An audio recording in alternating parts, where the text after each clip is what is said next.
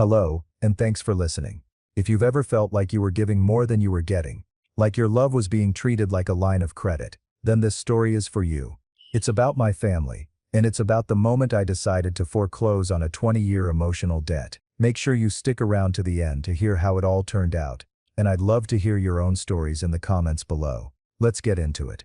For 20 years, I was the family's rock. That's what they called me. Liam, the strong one, the reliable one, the one who could handle it. It was a title I wore with a certain weary pride, like a soldier's medal that got heavier with each passing year. I thought it meant they respected me, that they saw me as a pillar of strength and stability. I was wrong. What they saw was a resource. What they meant wasn't strong one, it was bank account. I was the emergency fund, the bailout king, the human ATM who never required a PIN. I co-signed my parents' mortgage when my father's credit score resembled a failing grade on a math test. I poured tens of thousands of dollars into my sister Jenna's revolving door of failed startups, from artisanal gluten-free cat food to a subscription box for mindful pebbles. And my brother Mark, well, Mark was a perpetual five-alarm fire of bad decisions, and I was the only fire department in town. Gambling debts, DUIs, get-rich-quick schemes that got poor even quicker. I handled it all.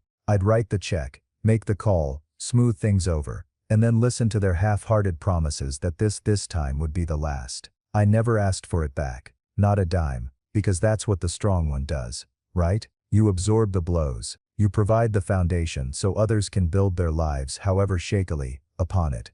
My own life was a quiet contrast. I lived modestly, well below my means. I drove a sensible car. I had a good job in finance, a job they never bothered to understand beyond the fact that it produced the cash they so frequently needed. I poured my real passion, my real talent, into my own investments and into my home. It was my sanctuary, a minimalist modern house I designed myself, a place of clean lines, quiet order, and absolute peace. It was the one thing in my life that was truly mine, built not on their needs, but on my own desires. The breaking point didn't come with a bang. It came on a Tuesday night, over lukewarm takeout in my parents' cluttered living room. The air was thick with a familiar tension, the kind that precedes a financial ask. My father, Richard, was pacing in front of the television, his face a mask of blustering panic. My mother, Carol, was wringing her hands on the sofa. Jenna was scrolling through her phone, feigning disinterest, and Mark was staring at the floor, the picture of shame-faced defeat. It was a sure thing, Liam, my father started, launching into a convoluted story about a rare earth mineral investment in a country I could barely find on a map. It was the same old song, a friend with an inside tip, a can't-miss opportunity, and as always, it had missed. Spectacularly. He'd not only lost his entire investment, which I later learned was money he'd secretly borrowed against their house, but he now owed a substantial sum to some very unpleasant people. "We need $60,000, Liam," my mother said, her voice trembling. By the end of the month, I just sat there, the plastic fork halfway to my mouth. 60,000. It was a new record. I felt the familiar weight settle on my shoulders, the weary resignation. I started doing the mental math, figuring out which of my own accounts I'd have to liquidate. But then came the words that changed everything. "We were thinking," Jenna said, finally looking up from her phone, her tone casual, as if she were suggesting a place for dinner. "That 60 grand is a lot to pull out of savings. It would be much simpler if you just sold your house." I stared at her. I thought I must have misheard.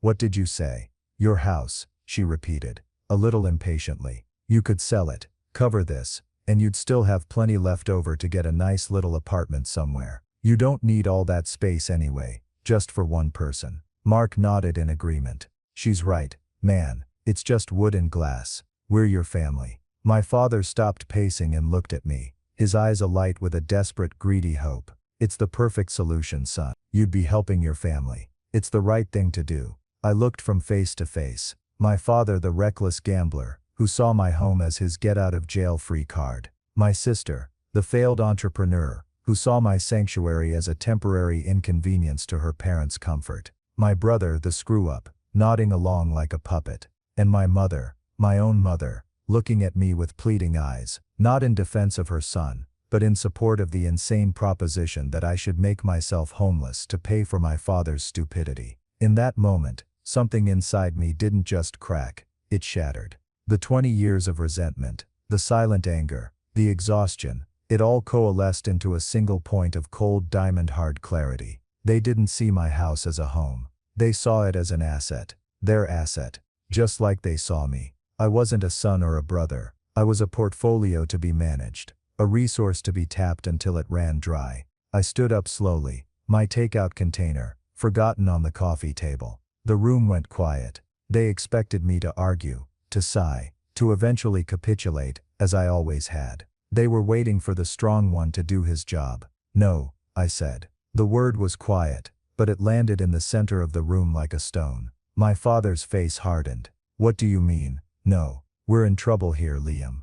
I mean no, I repeated, my voice colder now, devoid of the warmth they were so used to. I will not be selling my house. A storm of indignation broke. The accusations flew. I was selfish. I was ungrateful. After everything they'd done for me, I was abandoning them in their time of need. It was a chorus of manipulation I'd heard 1,000 times before, but for the first time it had no effect. The words washed over me, meaningless noise. I was no longer listening. I was planning. I walked out of that house, leaving them mid-shout. The drive home was a blur. I wasn't sad. I wasn't even angry anymore. That red-hot rage had cooled and solidified into something else, something far more dangerous: purpose. They thought I was just withdrawing my support. They thought the worst that could happen was that they'd have to figure this out on their own. They were about to find out what happens when the family's foundation decides to become a wrecking ball. Because as I pulled into my driveway, looking at the clean, beautiful lines of the one thing in the world that was truly mine,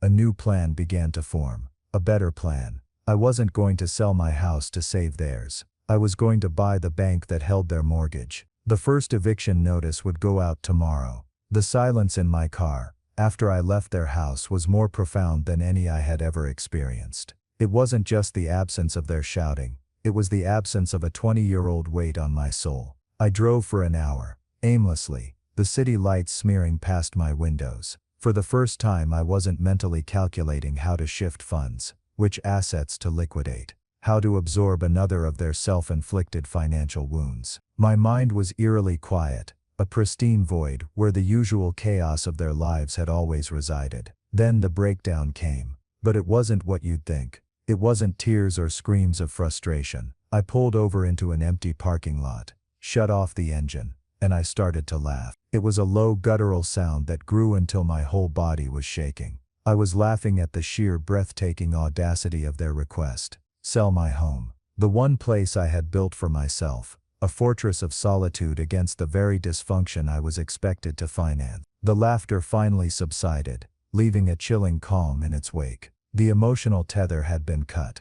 The Liam who would sacrifice anything for his family was gone, and in his place was someone they had never met, someone they had created. As I sat there in the dark, the memories started to unspool, not as fond recollections, but as exhibits in a long and damning trial. I remembered being 19, a freshman in college, getting a frantic call from my mother. My father had invested in an ostrich farm, a legitimate can't-fail venture, he'd assured everyone. When the bottom fell out of the ostrich market, as it was apparently prone to do, they were on the verge of losing the family home. I had just received a modest inheritance from my grandfather, a man who had valued hard work and prudence above all else. He'd left it to me for my education. Instead, I took every penny, walked into their bank, and paid off the arrears. I co-signed a new refinanced mortgage. At 19, my signature, my good credit, my future, shackled to their irresponsibility.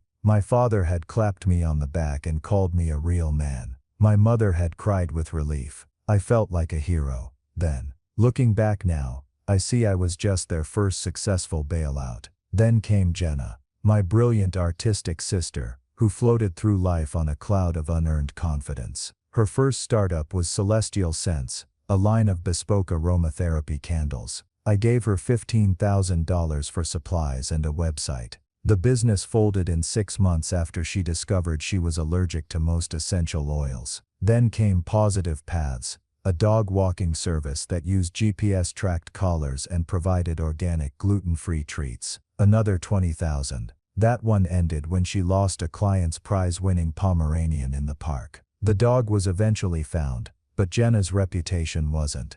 Each failure was followed by a dramatic tear-filled dinner, where she'd lament how the world just wasn't ready for her vision. And I, the strong one, would write another check, funding the next fleeting dream. I wasn't investing in her. I was paying to keep the family peace, to stop the endless circular arguments about Jenna needing to get a real job. It was easier to pay than to fight. And Mark. My God, Mark. My younger brother was a black hole of need. His problems weren't whimsical failures. They were sordid and desperate. I remembered the 3 a.m. call from a bail bondsman in a neighboring state. Mark had been arrested for a DUI after a misunderstanding at a casino. I wired the money. I paid for the lawyer. I paid the fines. He swore he'd learned his lesson. 6 months later, it was a loan to pay off a bookie who had made it clear he would be collecting one way or another. I met a man with no neck in a dimly lit parking garage, and handed over an envelope thick with cash. I felt like a character in a bad movie. Mark's gratitude lasted until the next crisis. He'd show up at my door, reeking of booze and shame, and I'd let him in. I'd let him sleep on my couch. I'd give him money for food. And every single time, I told myself it was for our mother's sake, to keep her from worrying. But that was a lie. I was enabling him, and in doing so, I was enabling the entire dysfunctional system. The true catalyst for my final resolve wasn't just the demand to sell my house. It was a memory that surfaced as I sat there in the dark, a memory from a few Christmases ago. The whole family was at my house, a rare occasion they deigned to visit my sterile and unhomey place. I was grilling steaks in the backyard, and I overheard my father talking to one of my uncles. My uncle had asked him what I did for a living. I heard my father laugh, a dismissive, condescending sound. "Oh, Liam, he's a numbers guy," he'd said. "Stares at spreadsheets all day, buys and sells things on a computer. Boring as hell, but it pays the bills. Thank God for that, right? Boring as hell." He had no concept, no understanding of the intricate dance of risk and reward, the strategic thinking, the relentless analysis that my job required. The very skills that created the wealth he so casually consumed, he dismissed as a boring, soulless chore. He didn't see me as a strategist. He didn't see me as intelligent or skilled. He saw me as a function, a utility, the family's personal mint, churning out cash while he, the ideas man, pursued the exciting high-stakes ventures that always seemed to end in disaster. That was the moment the last shred of familial obligation in me died. My success wasn't a source of pride for him. It was a convenience. My competence was something to be simultaneously relied upon and mocked. The rock they all stood on was, in their eyes, just a dumb, unfeeling stone. And that's when the new plan bloomed in my mind, fully formed. They saw me as a bank. Fine, I would become one. Not a metaphorical one, but a literal one. I started my car, the engine a low growl in the quiet night. My course was set. I wasn't driving home anymore. I was driving to my office. The fluorescent lights of my workspace flickered to life, illuminating a wall of monitors. The boring spreadsheets my father mocked were about to become my weapons. I pulled up a database, my fingers flying across the keyboard. I knew they'd refinanced the house a few years back, after another of my father's brilliant ideas had gone south. They'd had to go with a smaller regional institution,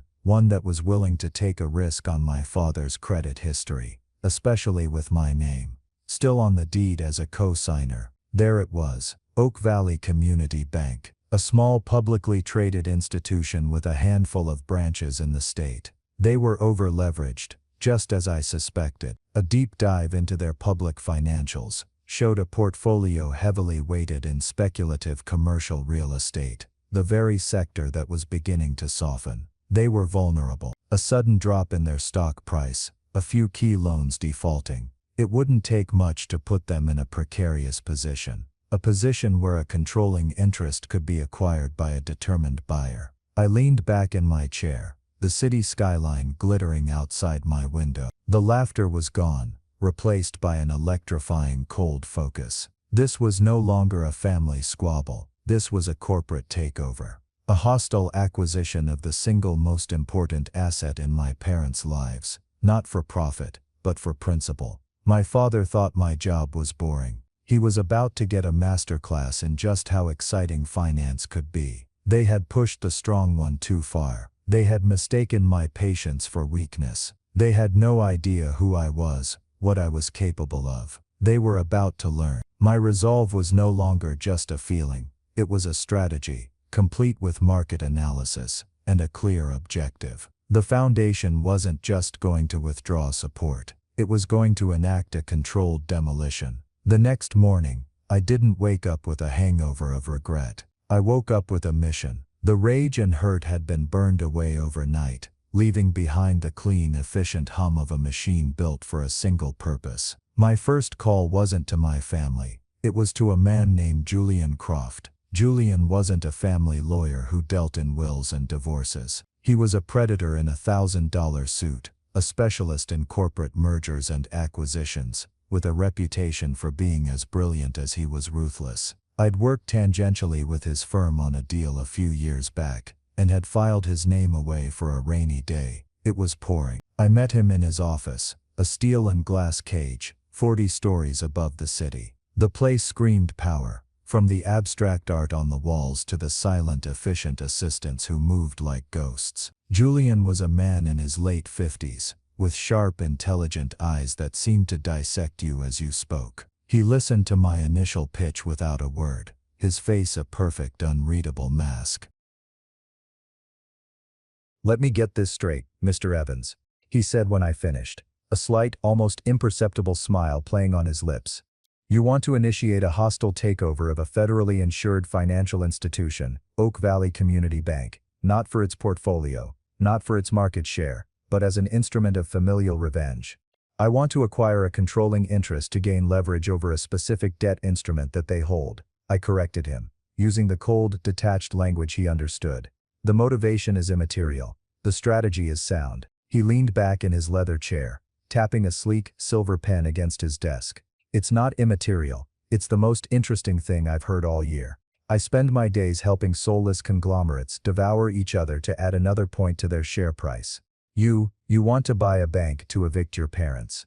It's biblical." For the first time, I saw a flicker of something other than professional calculation in his eyes. It was genuine, predatory delight. He was bored with his usual prey. I was offering him something new, a hunt with soul. "It's unconventional," I admitted. "It's magnificent," he countered, the smile widening. "It's clean, it's surgical, and from your initial analysis, it's surprisingly plausible. Oak Valley is a wounded animal, overexposed in commercial property, thin on capital reserves. A sustained, targeted buy-up of their stock, coupled with some pressure on their debt holders. We could trigger a crisis of confidence, force the board to seek a white knight, and we will be that knight, waiting in the wings with a bag of cash." He leaned forward. "This will be expensive, Mr. Evans. And it will be a war." "I'm aware," I said. "I've been running the numbers. I have the capital. This was my secret weapon, the part of my life I had partitioned off from my family with airtight firewalls. For years, while they saw me as their dutiful salaryman, I had been cultivating my own wealth. Every bonus, every spare dollar that didn't get siphoned off into one of their emergencies, went into my private investment portfolio. I wasn't just a numbers guy for a large firm. I was my own best client. I had gotten in on the ground floor of 2 tech startups that went public. I'd made a killing shorting the housing market in 08. My boring job gave me the insights, and my discipline allowed me to act on them. I had a war chest they couldn't possibly imagine, an escape fund I had always subconsciously known I might need one day. I just never imagined I'd be using it to go to war with them. Julian's grin was feral. "Excellent. Then let's get to work." The plan we devised was a multi-pronged assault. Julian's firm would set up a shell corporation, a blandly named entity like Mid-Atlantic Holdings, to begin the acquisition. This would keep my name completely out of it. We would start by quietly buying up Oak Valley stock on the open market, never enough in one go to trigger SEC reporting requirements, but a steady, relentless accumulation. At the same time, Julian's team would start approaching the bank's largest non-shareholder debt holders, mostly other financial institutions, and making offers to buy that debt, often at a premium. Owning their debt would give us another form of leverage. While Julian and his sharks handled the corporate rating, my job was to play the part of the suddenly withdrawn son. The phone calls started within a day. First my mother, her voice choked with manufactured tears. Liam, honey, your father is a wreck. He's not sleeping. You can't do this to us. We're family. I'm not doing anything, Mom, I said, my voice level and calm. I just said I wouldn't sell my house. The rest is on him. But it's the same thing. You know he can't cover this without you. Then he has a problem, I said, and hung up. It felt like severing a cord. Next came Mark,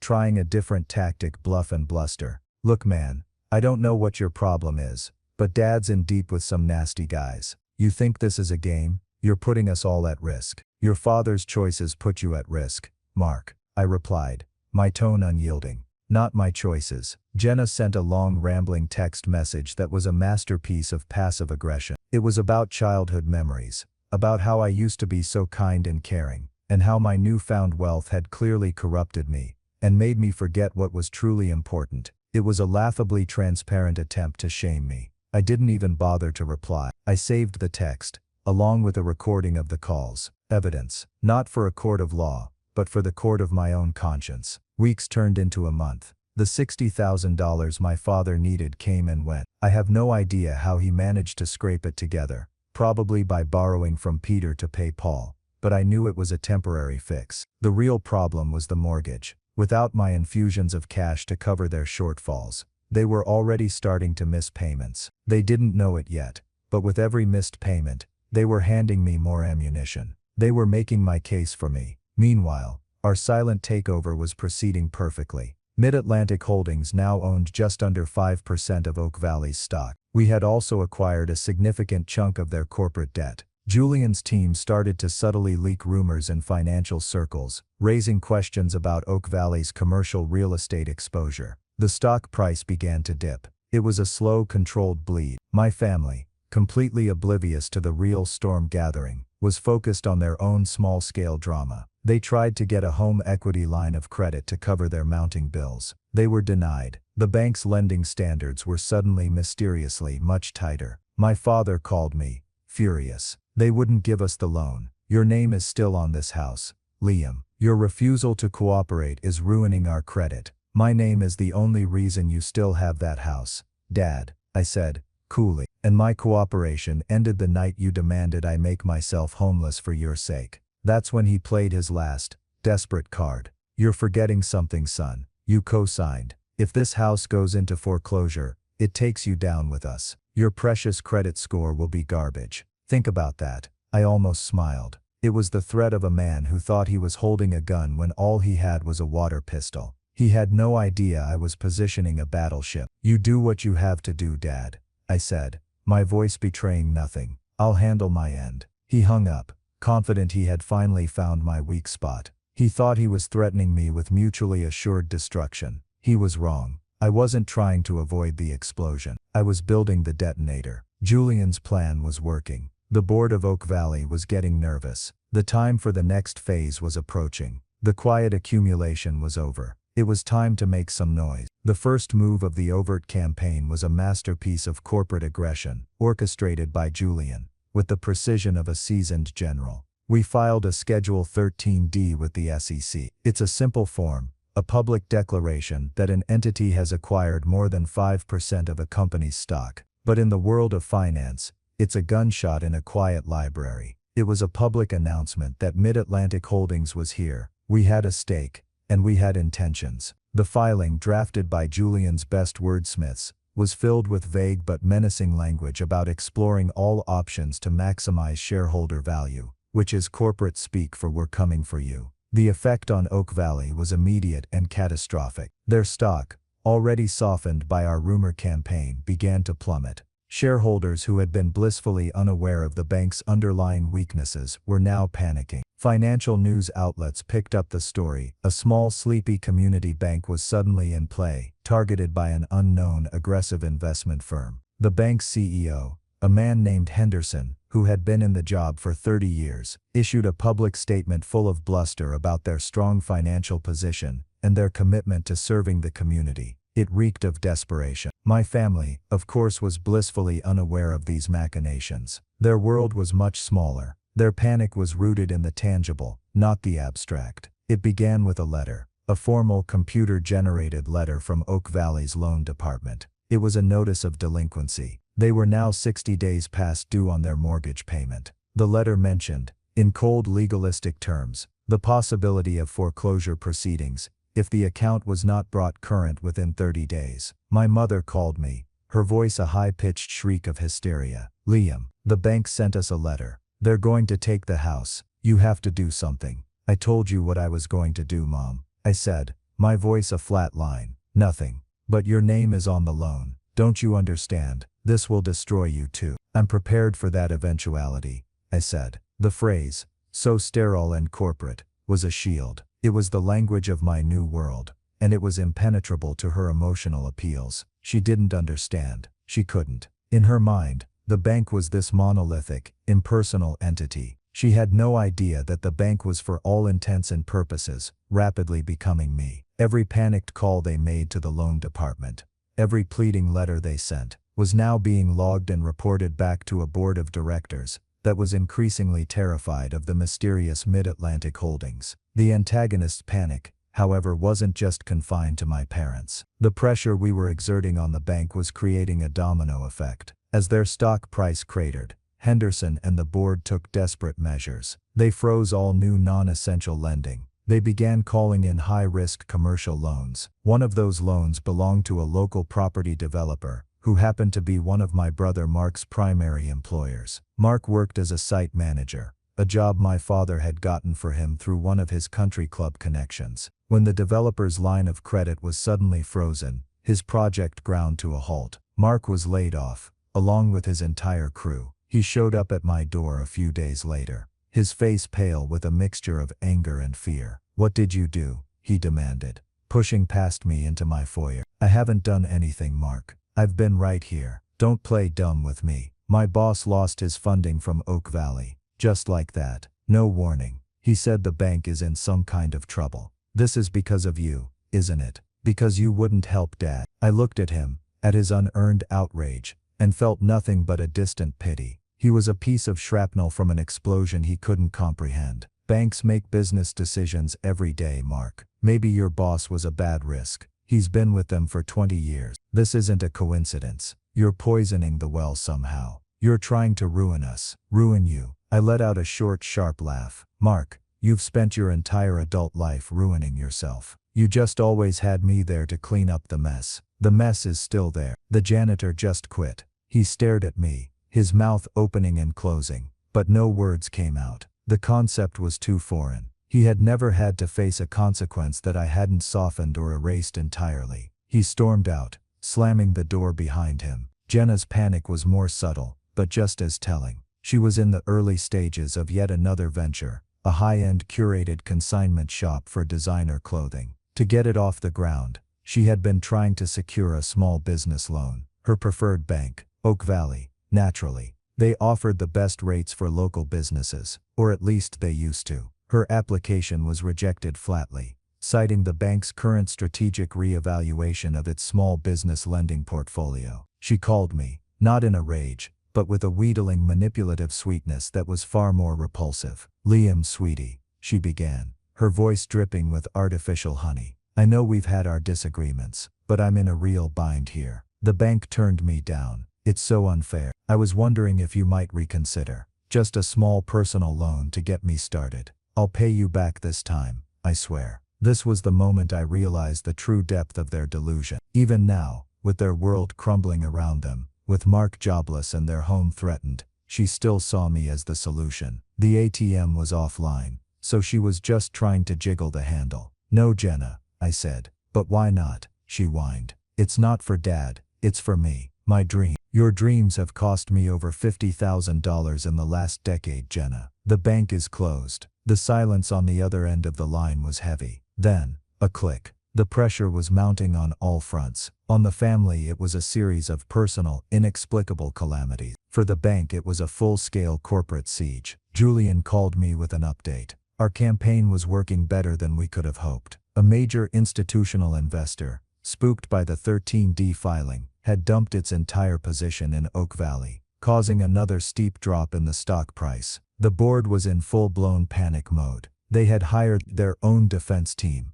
a group of slick bankers who were trying to find a white knight investor to save them from our hostile bid. They're shopping the bank around, Liam, Julian said, a grim satisfaction in his voice. They're desperate. They're about to walk right into our trap. The trap was simple. We had let them believe we were corporate raiders, intent on buying the bank, firing everyone, and selling it for parts. Now we would change our tune. Mid-Atlantic Holdings would issue a new public statement. We weren't here to destroy Oak Valley. We were here to save it. We would make a generous offer to acquire a 51% controlling interest, inject new capital, stabilize the institution, and protect the community's bank. We would be the white knight they were looking for. The offer was carefully priced, high enough to be a lifeline for the panicked shareholders, but still a bargain for us, given the artificially depressed stock price we had engineered. My father, mother, brother, and sister were living in a fog of confusion, seeing only the individual fires breaking out in their lives.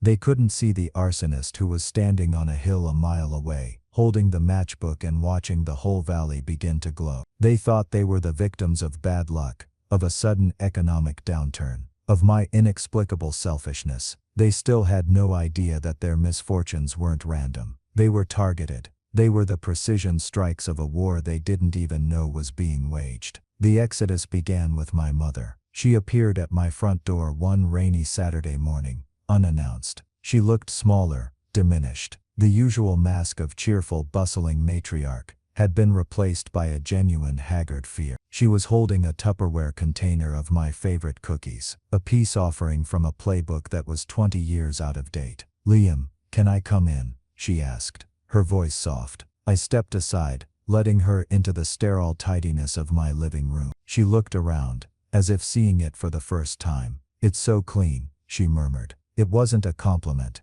"What do you want, Mom?" I asked, not unkindly, but without the warmth she was used to. I stayed standing, a clear signal that this was not a social call. She placed the container of cookies on my glass coffee table. "I wanted to talk, just the two of us. Your father, he's not himself. He just sits in his chair and stares at the wall. Mark lost his job. Jenna's dream is falling apart. And this letter from the bank, Liam, it's tearing our family apart." "Our family was torn long before that letter arrived," I said. "The letter is just a symptom." Tears welled in her eyes. This was her go-to weapon, the one that had always worked. "How can you be so cold? I'm your mother. We raised you. We loved you. We supported you. You supported me." I almost laughed. "Mom, let's be honest. Since I was 19, I have been supporting you. I have been the parent. I've been the one bailing everyone out, cleaning up every mess, paying for every mistake. Love isn't a one-way street,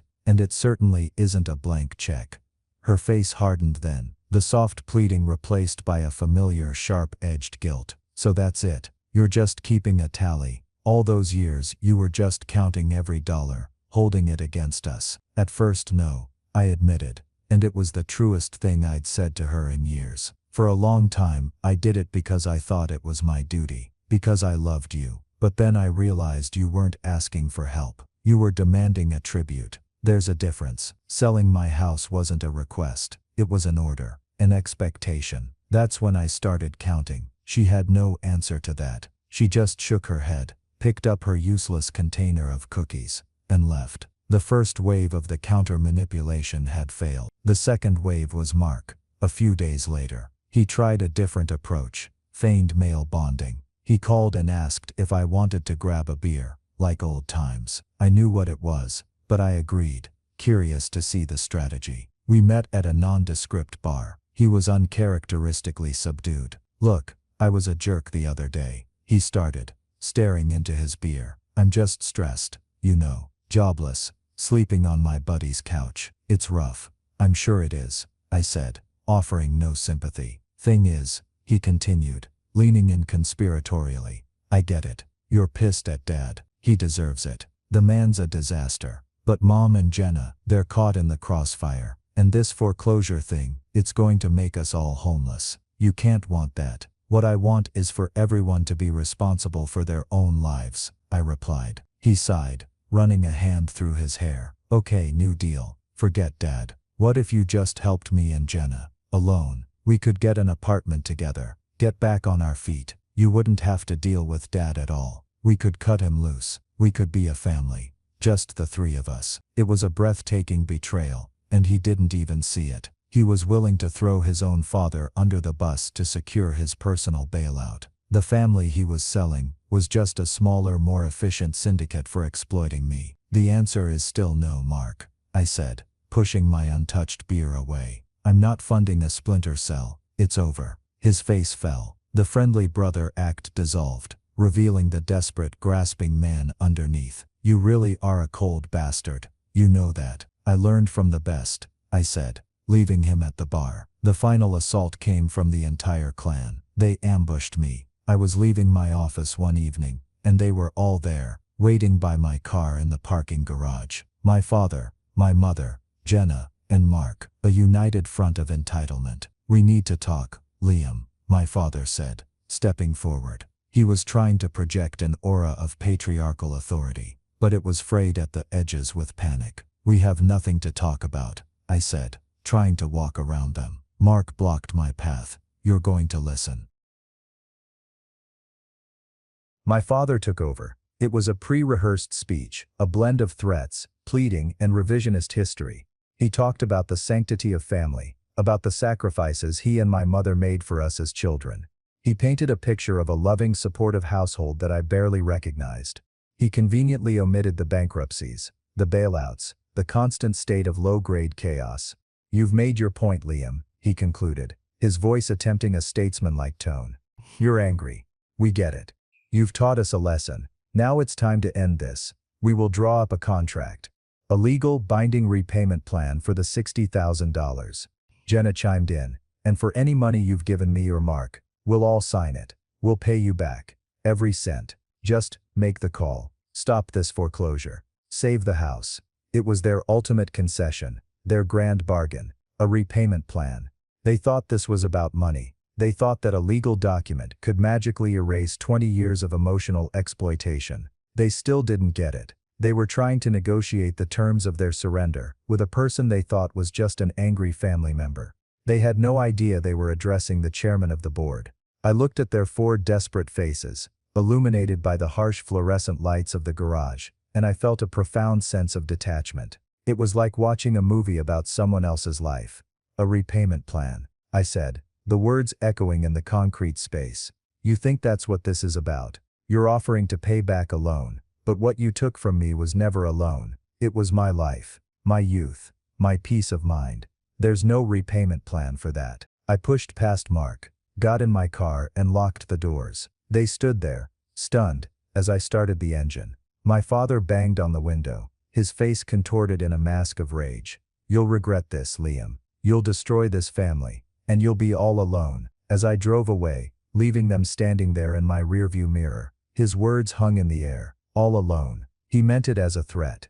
To me, after 20 years of being their rock, their bank, their janitor, it sounded like a reward. The power shift was complete. Their manipulations had failed. Their threats were empty. They had run out of moves. My own final move, however, was just about to be placed on the board. The final pieces of the takeover clicked into place on a Thursday afternoon. Julian called me. Congratulations, Mr. Evans, he said, and I could hear the smirk in his voice. The board of Oak Valley has officially accepted the acquisition offer from Mid-Atlantic Holdings. We own 51%. You are now, for all intents and purposes, the bank. A strange calm settled over me. There was no elation, no surge of victory, just the quiet satisfaction of a long and complex equation finally being solved. What are the next steps? I asked. The next step is a board meeting tomorrow morning to formalize the transition, Julian explained. I will be appointed chairman, per our agreement. You will have a seat as a director of the parent company,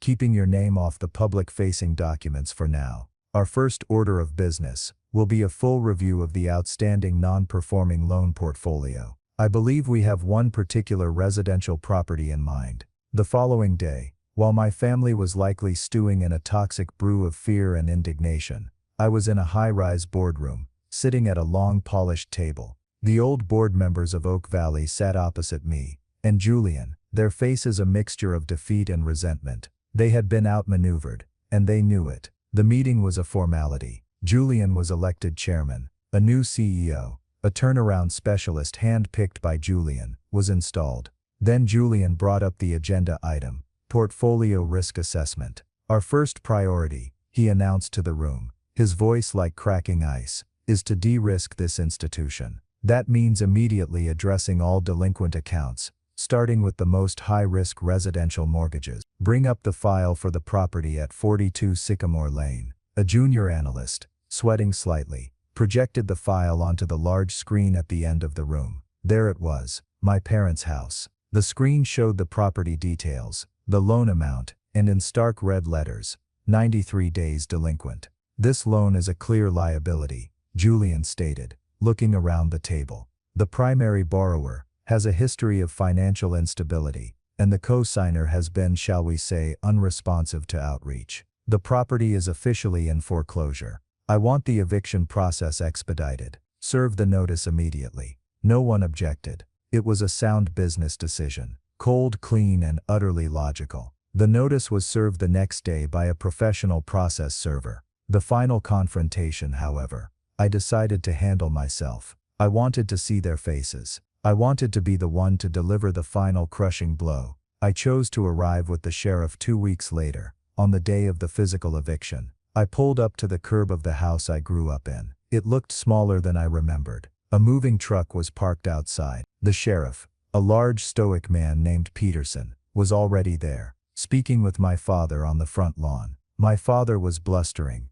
red-faced, waving his arms. My mother was standing on the porch, crying. Jenna and Mark were hovering behind her, looking lost and numb. When my father saw me get out of my car, his anger found a new focus. "You," he roared, striding towards me. "You did this. You let this happen. I hope you're happy, you snake. Tearing your own family out of their home." I stopped a few feet from him, my hands in my pockets, my posture relaxed.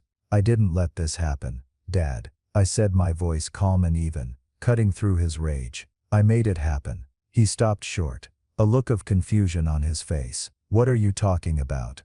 "This isn't a passive act," I continued, loud enough for all of them to hear. "This isn't me withdrawing support. This is a direct consequence. This is a business transaction. Business, this is our home." My mother sobbed from the porch. "It stopped being a home, and became a liability a long time ago," I said, my eyes locking onto my father's. "You see, you were right about one thing. My name on that loan was a problem I decided to solve. You thought threatening me with foreclosure was a power move. But you were playing checkers, and I was playing a very different game." I let the silence hang in the air for a moment.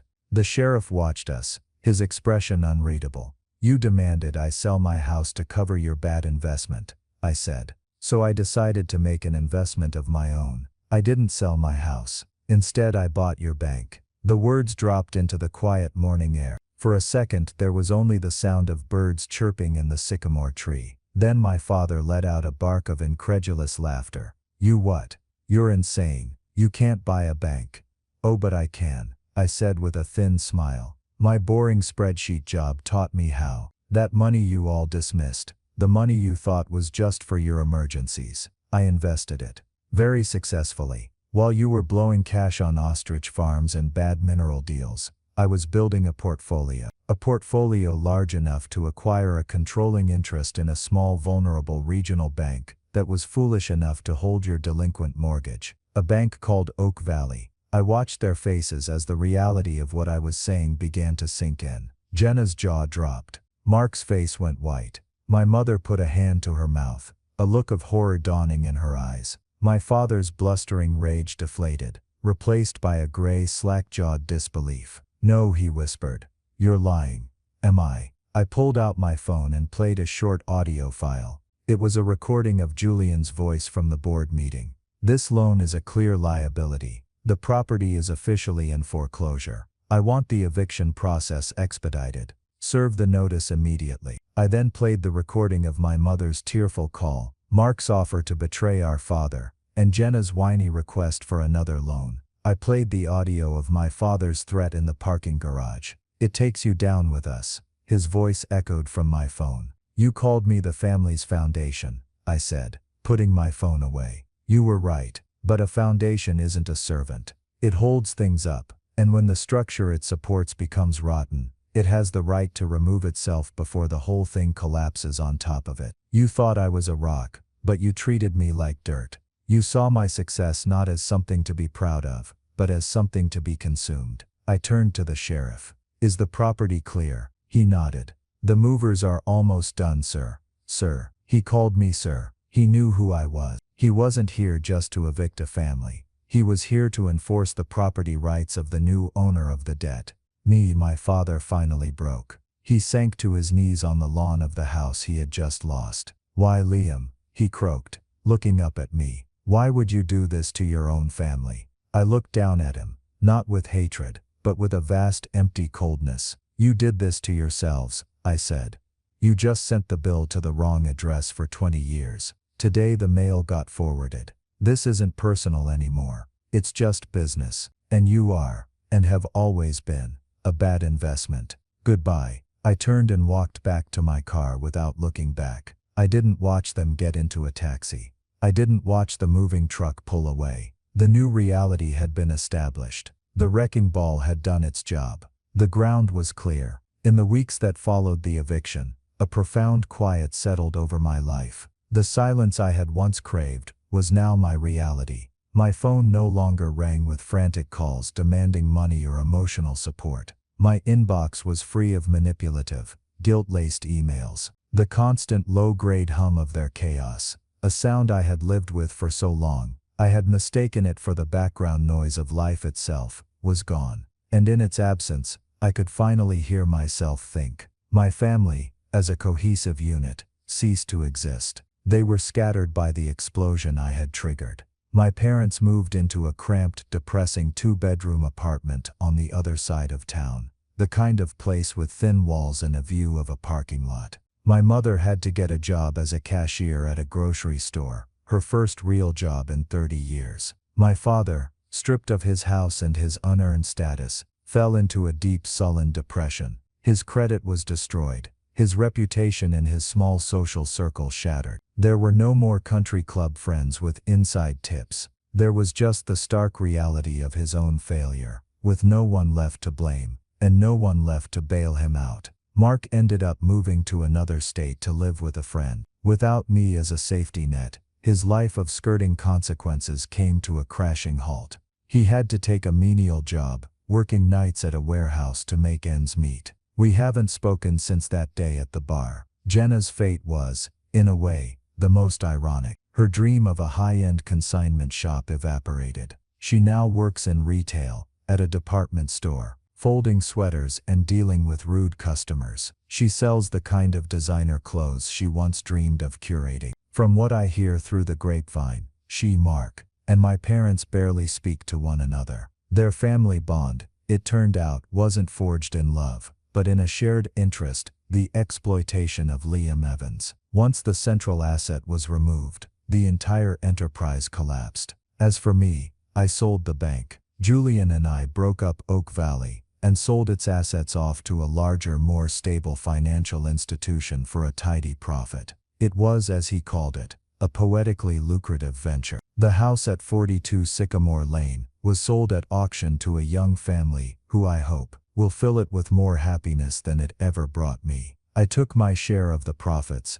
and I did something I hadn't done in 2 decades. I thought about what I wanted. I quit my high-stress job in finance. I had more than enough to live comfortably for the rest of my life. I traveled. I took up woodworking again, a passion I'd had as a boy. I started designing and building custom furniture. My minimalist house is now filled with pieces I made with my own 2 hands. Things of beauty and function that I created for myself and myself alone. The quiet in my life is no longer an absence of noise, but a presence of peace. My father's last words to me, in the parking garage, were meant to be a curse. You'll be all alone. He was right. I am alone, and I have never been happier. And that brings me to you. I'm telling you this story not to brag, but as a warning, and perhaps as an inspiration. There is a vast difference between being a supportive family member and being a human utility. Support is a 2-way street, built on mutual respect and love.